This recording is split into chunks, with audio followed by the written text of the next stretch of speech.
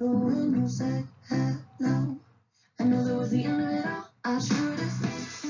dia, gente. Beleza? Eu comecei aqui com a música de uma amiga. Deixa eu desligar aqui. A música de uma amiga aqui para dar uma força para ela no meu canal. Ela se chama Dua Lipa. Ouçam lá no Spotify. Muito bacana, viu? Então, vamos começar então. Como eu tinha prometido, tá aqui a quarta aula sobre processos de formação de palavras, a quarta e última aula. E aí nessa aula eu queria que a gente fizesse alguns exercícios do poliedro.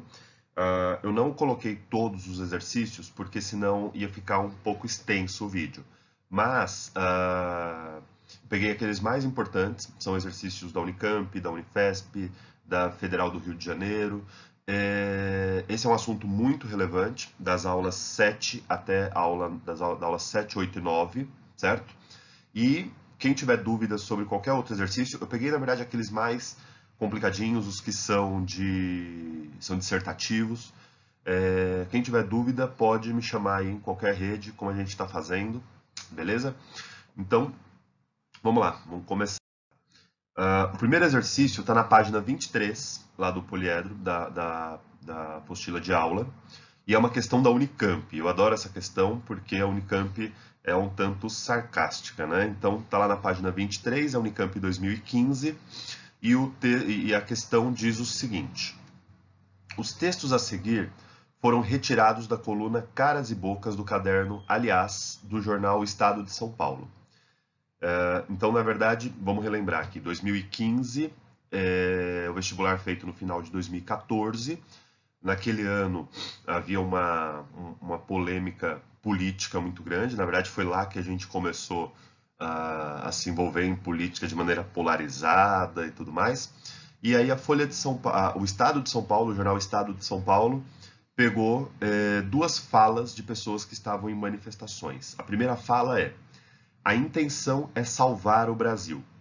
Ana Paula Logulho, professora e entusiasta da segunda Marcha da Família com Deus pela Liberdade, que pede uma intervenção militar no país e pretendeu reeditar no sábado a passeata de 19 de março de 64, na capital paulista, contra o governo do presidente João Goulart. Beleza. E a segunda fala é: será um evento esculhambativo em homenagem ao outro de São Paulo. Quem disse isso foi José Caldas, José Caldas, organizador da Marcha com Deus e o Diabo na Terra do Sol, convocada pelo Facebook para o mesmo dia no Rio de Janeiro. Então a questão diz: descreva o processo de formação de palavras envolvido em esculhambativo, apontando o tipo de transformação ocorrida no vocábulo. Como assim? Para começar a falar sobre processos de formação, como que uma palavra foi formada, isso é muito recorrente, esse tipo de questão em vestibular, a gente primeiro tem que pensar em qual é a palavra primitiva, qual é o radical, certo? Então eu vou aqui para o próximo slide para a gente ir desenvolvendo a resposta.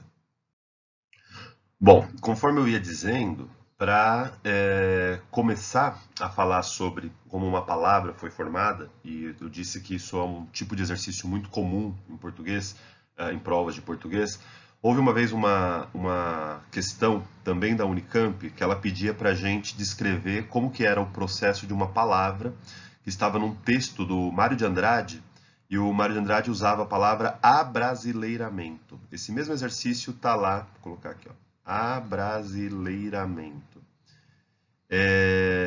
Era um exercício que pedia para a gente descrever como que essa palavra foi formada. Para começar a fazer isso, a gente tem que pensar qual que é a base, qual que é a palavra primitiva, aquela que é irredutível. E no caso de abrasileiramento, não é brasileiro, brasileiro já é derivada. É a palavra Brasil, certo? E aí tem um ponto, por que eu estou retomando esse exercício que não é esse da Unicamp, mas foi já um exercício da Unicamp. O que vai acontecer aqui são vários processos, né? Então aqui a gente vai ter, e aí você tem que tentar ir depreendendo as partes que compõem essa palavra. Então de Brasil, eu primeiro formei brasileiro, certo? E a partir disso daqui eu tive então um processo de derivação sufixal. Depois, ele formou o verbo abrasileirar. Por quê, professor? Porque esse mento aqui, que é um sufixo também, ele só é acrescido a verbos. Então a gente tem que pensar que tem um passo intermediário aí. A grande dificuldade dessa questão era chegar nessa parte. Eu tenho a palavra abrasileirar, que é tornar-se brasileiro. Como que você sabe, professor, que mento só é acrescido a verbos? A gente tem que testar com outras palavras. Lembrando que os processos de formação de palavras não ocorrem em uma única palavra. Eles são recorrentes, assim como os morfemas são recorrentes, né? Então, por exemplo, do verbo crescer eu formo crescimento, do verbo desenvolver, desenvolvimento. Agora, aqui eu tenho um outro mento, então é necessário que eu tenha um verbo abrasileirar. Isso quer dizer que eu coloquei um prefixo e um sufixo verbal, que vai ser eliminado daqui a pouquinho. E como é que se chama esse processo? Derivação parasintética. Tranquilo? Lembra dela? De macio a maciar, de tarde entardecer. Lembra que é sempre na formação de verbo a partir de uma outra classe. E por fim, houve uma outra derivação sufixal desse mento para transformar abrasileirar, que é um verbo, em um substantivo. Tranquilo? Lembrando que a derivação sufixal ela tem essa característica de mudar classes de palavras. Beleza? Transformar verbo em substantivo, verbo em adjetivo e assim por diante. Eu retomei esse exemplo aqui, que é de um exercício antigo, deixar ele isoladinho aqui. É de um exercício antigo, porque ele é mais difícil do que esse da Unicamp 2015. Ele é bem mais difícil, porque houve aqui vários processos. Esse da Unicamp é bem mais simples. Ele pediu para a gente descrever o processo que foi utilizado para formar a palavra esculhambativo e que tipo de transformação esse processo causou nessa palavra.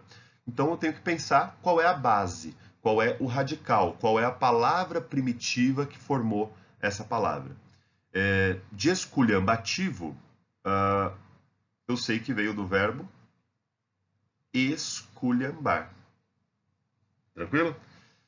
Veja que eu não consigo reduzir a menos do que isso. E aí, o que houve? Houve o acréscimo de vou pegar uma outra cor aqui, o acréscimo de um sufixo. Esculhambar, tirei aqui o sufixo próprio de verbo, a desinência própria de verbo, e coloquei o sufixo tivo. Ué, professor, esse sufixo ocorre em outras palavras? Sim, por exemplo, do verbo informar, informativo, do verbo reagir, reativo, do verbo agir, ativo. E olha que interessante, que tipo de transformação esse sufixo promove na palavra? Ele serve para transformar um verbo em um adjetivo. Como assim, professor, um adjetivo? Volta lá no exemplo que ele retirou do jornal Estado de São Paulo. Será um evento esculhambativo, esculhambativo em homenagem ao outro de São Paulo. Ele está qualificando o substantivo evento. Quer dizer que trata-se de um adjetivo. Assim como a gente fala de informar, informativo, eu falo, esse é um texto bastante informativo. Trata-se de um adjetivo. Tranquilo? Então, para a gente ter uma resposta padrão aqui, eu coloquei. A partir do radical esculhambar, houve o acréscimo de um sufixo, que é o tivo.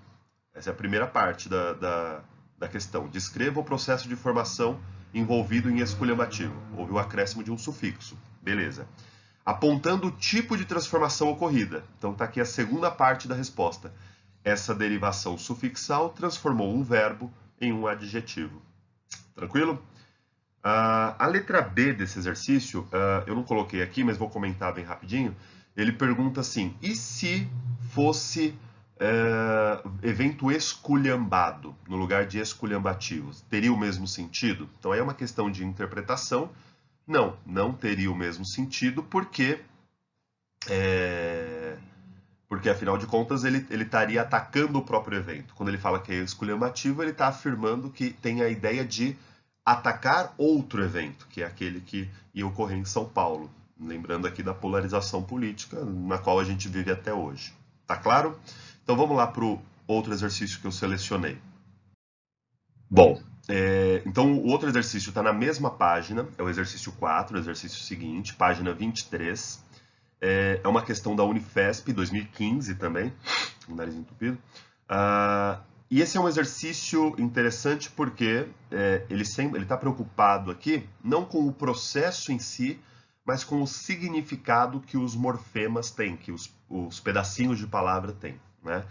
Então ele diz o seguinte: para responder à questão 4, leia a opinião em relação ao projeto de adaptação que visa facilitar obras de Machado de Assis. Lembra, a gente já tinha comentado um exercício que falou sobre essa polêmica de uns anos atrás, de adaptar a linguagem das obras do Machado de Assis para tornar mais acessível a várias pessoas. E aí havia pessoas que concordavam com esse projeto, outras que discordavam. Então aqui a gente tem uma das opiniões recolhidas sobre esse problema. Então ele diz assim: é melhor que o sujeito comece a ler através de uma adaptação bem feita de um clássico do que seja obrigado a ler um texto ilegível e incompreensível segundo a linguagem e os parâmetros culturais atuais. Depois que leu a adaptação, ele pode pegar o gosto, entrar no processo de leitura e eventualmente se interessar por ler o Machadão no original. Agora, dar uma machadada em um moleque que tem PlayStation 3, Xbox, 1000 canais a cabo e toda a internet à disposição é simplesmente burrice. Bom, essa é uma opinião da qual eu discordo, mas isso não é o caso. E aí a pergunta da Unifesp é essa: examine a passagem do texto. Eventualmente se interessar por ler o Machadão no original. Agora, dar uma machadada em um moleque, parará, parará. Obviamente, o radical aqui é Machado. Tranquilo? Tanto o Machado como nome próprio, quanto o Machado como um objeto. Beleza. E ele fez aqui um trocadilho. Os dois termos em destaque, derivados por sufixação, reportam a Machado de Assis. Tal recurso atribui aos substantivos, respectivamente, sentido de. Bom, então, a partir de Machado, ele formou aqui Machadão, colocou um sufixo, um aumentativo, e machadada, que é um outro sufixo, né? Quando a gente fala chuva, chuvarada, moleque, molecada, tranquilo? É um sufixo. Importante, um sufixo nunca ocorre em uma única palavra, é interessante a gente tentar criar esses paralelos entre palavras diferentes, perfeito? E ele perguntou o que significa. Lembra, a gente já respondeu a uma questão que perguntava sobre o diminutivo. O aumentativo é a mesma coisa. A ideia de aumentativo em português pode ter muitos sentidos, não só a ideia de tamanho. Então ele coloca aqui, machadão, ideia de tamanho, de humor, de pejo. O que é pejo? Às vezes a gente engasga nesse tipo de exercício por causa do vocabulário. Pejo vem de pejorativo. O que é sentido pejorativo? Sentido pejorativo é sentido negativo, tem uma conotação ruim, certo? Ironia e simpatia. Dá para eliminar alguns aqui. E ele fala, dar uma machadada em um moleque. Então esse machadada tem um sentido de humor, reverência. O que é reverência? Respeito, o contrário de irreverência, né? Ideia de respeito, de cerimônia, de tratar como se fosse algo elevado, certo? Intimidade, simpatia e ironia. Vamos pensar. Machadão. Ideia de tamanho? Não muito. Humor? Pode ser, né? Chamar o Machado, qual a gente dá aquele status elevado e tal, como humor. Pejo, no sentido pejorativo? Acho que não, né? Aqui ele está dando justamente uma ideia de que ele é grandioso, certo? Ironia, simpatia. Bom, vamos pensar. Ironia é a ideia de falar algo para representar o seu inverso. Aqui ele não está falando machadão no sentido irônico, pelo contrário, ele reconhece que é uma obra grandiosa. Então vamos eliminando. Então, ironia eu eliminaria, pejo eu eliminaria, tamanho eu eliminaria. Machadada. Vamos olhar aqui. Ideia de reverência, de sentido formal. Muito pelo contrário, né? Não é verdade. Logo, vamos ver. Ó. Simpatia e ironia. Acho que é exatamente isso, né? Então, o Machadão, ele demonstra proximidade com a obra do Machado de Assis e ironia quando ele fala de machadada. Ele não reconhece que ler a obra de Machado de Assis é uma agressão. Passando um caminhão aqui. Mas ele usa a palavra machadada num sentido irônico. Portanto, letra E. Essa questão não é fácil, apesar de parecer fácil, ok? Bom, gente, continuando, o próximo exercício que eu gostaria de comentar é um exercício que está é o exercício seguinte, está nas páginas 23 e 24. Ele começa na 23, ele tem um texto um pouquinho extenso, mas é um texto muito bonito, muito tranquilo de se ler. E é uma questão da Universidade Estadual do Rio de Janeiro, que vai perguntar o significado de um prefixo. Agora, no exercício anterior, a gente respondeu sobre o significado de um sufixo, na verdade, dois sufixos, né? O machadão e o machadada. Bom, é um texto do Umberto Eco, que é um filósofo linguista italiano, e ele fala sobre uma experiência pessoal dele. Ele diz o seguinte, vou pegar a caneta aqui, ele diz o seguinte: há alguns meses fui convidado a visitar o Museu de Ciências de La Coruña, na Galícia. Ao final da visita, o curador anunciou que tinha uma surpresa para mim e me conduziu ao planetário. Um planetário sempre é um lugar sugestivo, porque quando se apagam as luzes, temos a impressão de estar em um deserto sob um céu estrelado. Mas naquela noite, algo especial me aguardava. De repente, a sala ficou inteiramente às escuras e ouvi um lindo acalanto de Manuel de Falla, que é um cantor. Lentamente, embora um pouco mais rápido, um pouco mais depressa do que na realidade, já que a apresentação durou ao todo 15 minutos, o céu sobre minha cabeça, imagina, ele estava num planetário, se pôs a rodar. Era o céu que aparecera sobre a minha cidade natal, Alessandria, na Itália, na noite de 5 para 6 de janeiro de 1932, quando nasci. Quase hiperrealisticamente, já vou até grifar porque a nossa palavra é essa daqui, a palavra sobre a qual ele vai perguntar. Quase hiperrealisticamente vivenciei a primeira noite da minha vida. Vivenciei-a pela primeira vez, pois não tinha visto essa primeira noite. Provavelmente nem minha mãe a viu, exausta como estava depois de me dar à luz. Mas talvez meu pai a tenha visto, ao sair para o terraço, um pouco agitado com o fato maravilhoso, pelo menos para ele, que testemunhara e ajudara a produzir. O planetário usava um artifício mecânico que se pode encontrar em muitos lugares. Outras pessoas talvez tenham passado por uma experiência semelhante, mas vocês hão de me perdoar se durante aqueles 15 minutos tive a impressão de ser o único homem desde o início dos tempos que havia tido o privilégio de se encontrar com seu próprio começo. Eu estava tão feliz que tive a sensação, quase o desejo, de que deveria morrer naquele exato momento, e que qualquer outro momento teria sido inadequado. Teria morrido alegremente, pois vivera a mais bela história que li em toda a minha vida. Talvez eu tivesse encontrado a história que todos nós procuramos nas páginas dos livros e nas telas dos cinemas. Uma história na qual as estrelas e eu éramos os protagonistas. Era ficção porque a história fora inventada pelo curador. Era história, com H maiúsculo, porque recontava o que acontecera no cosmos num momento do passado.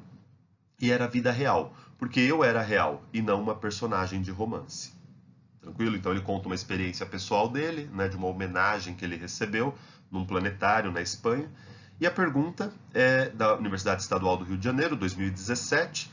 Pergunta: quase hiperrealisticamente, justamente aquela palavra que a gente grifou, na palavra destacada, o acréscimo do prefixo hiper indica ideia de. Então, talvez você nunca tenha ouvido essa palavra hiperrealisticamente, de fato ela é um neologismo, lembra desse conceito de neologismo? Porém, pensa, quando a gente fala hipermercado, ou ele ficou hiperagitado, a gente usa, né, esse prefixo para dar ideia do quê? Então vamos por eliminação. Ideia de ampliação, ideia de hierarquia, ideia de proporção, ideia de simultaneidade. O que é simultaneidade? Algo que ocorre ao mesmo tempo. Não é hiperrealisticamente, não é isso que ele está dizendo. Proporção, a ideia de tamanho, de proporção, quando uma ação ocorre na mesma medida que outra ação acontece. Hierarquia e ampliação. O que ele quer dizer com hiperrealisticamente? Muito real, né? Foi extremamente realístico aquilo que ele vivenciou. Portanto, tem a ideia de ampliação. Professor, não entendi por que hiperrealisticamente. Então vamos pensar em hipermercado. A ideia é a mesma, não é? É um grande mercado. Você tem um mercado, um supermercado, um hipermercado. Tranquilo? Portanto, a ideia de ampliação. Ok? Então vamos para a próxima questão.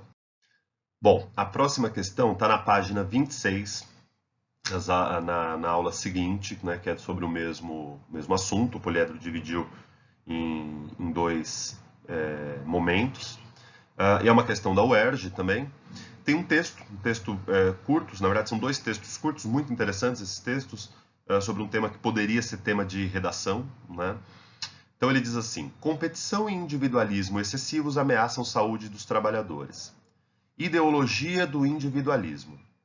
O novo cenário mundial do trabalho apresenta facetas como a da competição globalizada e a da ideologia do individualismo. A afirmação foi feita pelo professor da Universidade de Brasília, Mário César Ferreira, ao participar do seminário Trabalho em Debate, Crise e Oportunidades. Segundo ele, pela primeira vez, há uma ligação direta entre trabalho e índices de suicídio, sobretudo na França, em função das mudanças focadas na ideia de excelência. Subtítulo: Fim da especialização. A configuração do mundo do trabalho é cada vez mais volátil, disse o professor.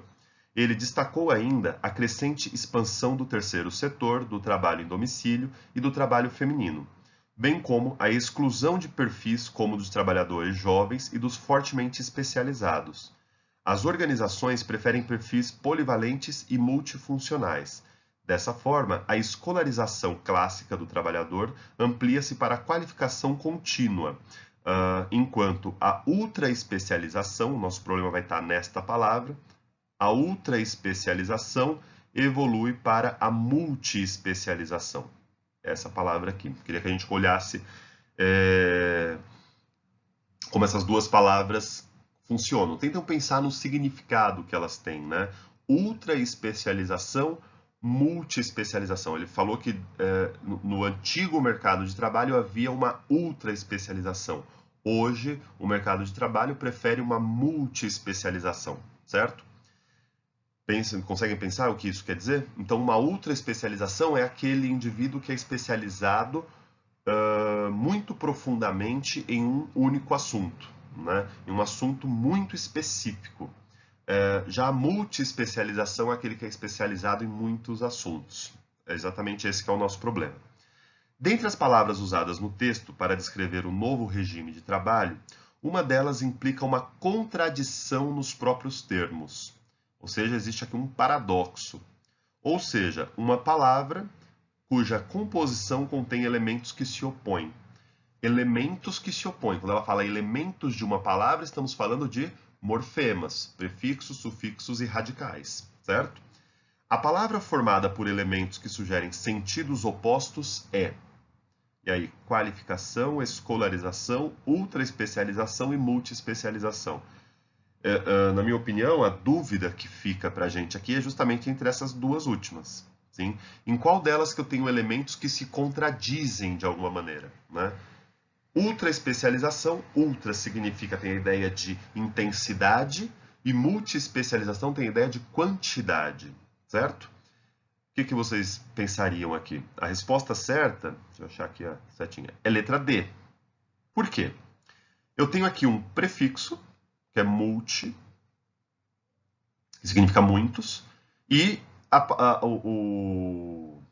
o radical, especializar. Essa é a palavra primitiva. Qual que é a ideia? Especializar-se em algo significa dedicar-se a uma única coisa. Já o multi tem a ideia de muitas coisas. São dois termos que em si se contradizem, porque afinal de contas um tem a ideia de muitos e o outro já carrega a ideia de uma única coisa. Tranquilo? tiver dúvida, me pergunta lá. Agora o ultra não. O ultra tem ideia de intensidade. Então eu posso me especializar especificamente em um único assunto e de maneira muito profunda. O ultra carrega essa ideia. Tranquilo? Tranquilo? Sim. E a última questão, para o vídeo não ficar muito extenso, mas lembrando que eu estou lá disponível nas redes para qualquer dúvida que vocês tenham. A última questão que eu acho que é interessante a gente comentar é essa daqui, que está na página 27, é o exercício 6. Salvo engano, eu estou sem a apostila aqui, porque eu coloquei aqui no próprio slide. É o último exercício, salvo engano. Leia o texto a seguir.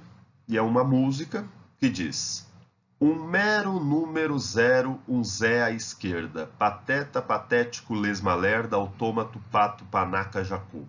Escreve muita gente ultimamente. Então ele diz assim: na expressão um Zé, de um Zé à esquerda, ocorre a transformação de um substantivo próprio em substantivo comum, certo? O substantivo próprio Zé é posto como comum. Isso a gente faz bastante. Por exemplo, quando você fala de o Ricardão, conhece essa expressão? Né? Falar do amante. Veja bem, eu não estou falando de um Ricardo específico, mas eu estou usando o nome próprio Ricardo como um substantivo comum, tranquilo? Ou quando a gente fala... tinha uma questão uma vez de um vestibular, que agora eu não vou me lembrar, que ele falava assim, os Césares contemporâneos, para falar dos políticos. Nem todo político chama César, porém ele usa a palavra César, logicamente nos remetendo ao imperador romano, para falar de todos os políticos. Isso quer dizer que ele transformou o substantivo próprio César num substantivo comum, tranquilo? Indicando uma espécie de ser. No mercado de consumo, quando o nome de um produto passa a funcionar como substantivo comum na fala corrente, é porque a mercadoria possui forte penetração no mercado. É o caso de marcas como Bombril, Danone, Nescau, entre outras. Aliás, importantíssimo, isso é o nome de uma figura de linguagem. Né? A gente usar o nome próprio, o nome de uma marca, para representar um produto. E aí, obviamente, a gente usa não mais com letra maiúscula, mas com letra minúscula. Por exemplo, Danone. Então, Danone é uma marca, mas a gente pode se referir a qualquer tipo de iogurte como Danone. E aí, obviamente, eu escrevo com letra minúscula. Eu transformei um substantivo próprio num substantivo comum. Essa é uma figura de linguagem, vou escrever o nomezinho dela aqui, que se chama metonímia. O exercício não fala o nome dessa figura porque não é o foco do exercício. Porém, é disso que a gente está falando. E aí ele pergunta: a expressão um Zé é um caso de derivação sufixal, derivação prefixal, derivação imprópria, derivação regressiva, composição por justaposição. Vamos pensar por eliminação? Então, ó, derivação sufixal. Ele pegou a palavra Zé, transformou de substantivo próprio em substantivo comum. Coloquei algum sufixo? Não, a palavra é exatamente a mesma. Coloquei algum prefixo? Não, a palavra é exatamente a mesma. Vamos pensar na composição. Lembrando, composição é quando uma palavra tem mais de um radical. Ao invés de colocar prefixo e sufixo, que são morfemas presos, eu coloco dois pedaços que também existem sozinhos, tipo beija-flor. Não, a palavra Zé, ela não é composta, ela é composta por um único, ela é formada por um único radical. Derivação imprópria, derivação regressiva. Lembram da derivação regressiva? É aquela que a gente usa para transformar um verbo em um substantivo, tirando somente a terminação de verbo. Por exemplo, do verbo falar, eu formo o substantivo fala. Do verbo cantar, eu formo o substantivo canto, o canto, né? Não é eu canto, senão continua sendo verbo. Então, trata-se aqui de derivação imprópria. E aí vale muito a pena a gente lembrar da definição de derivação imprópria.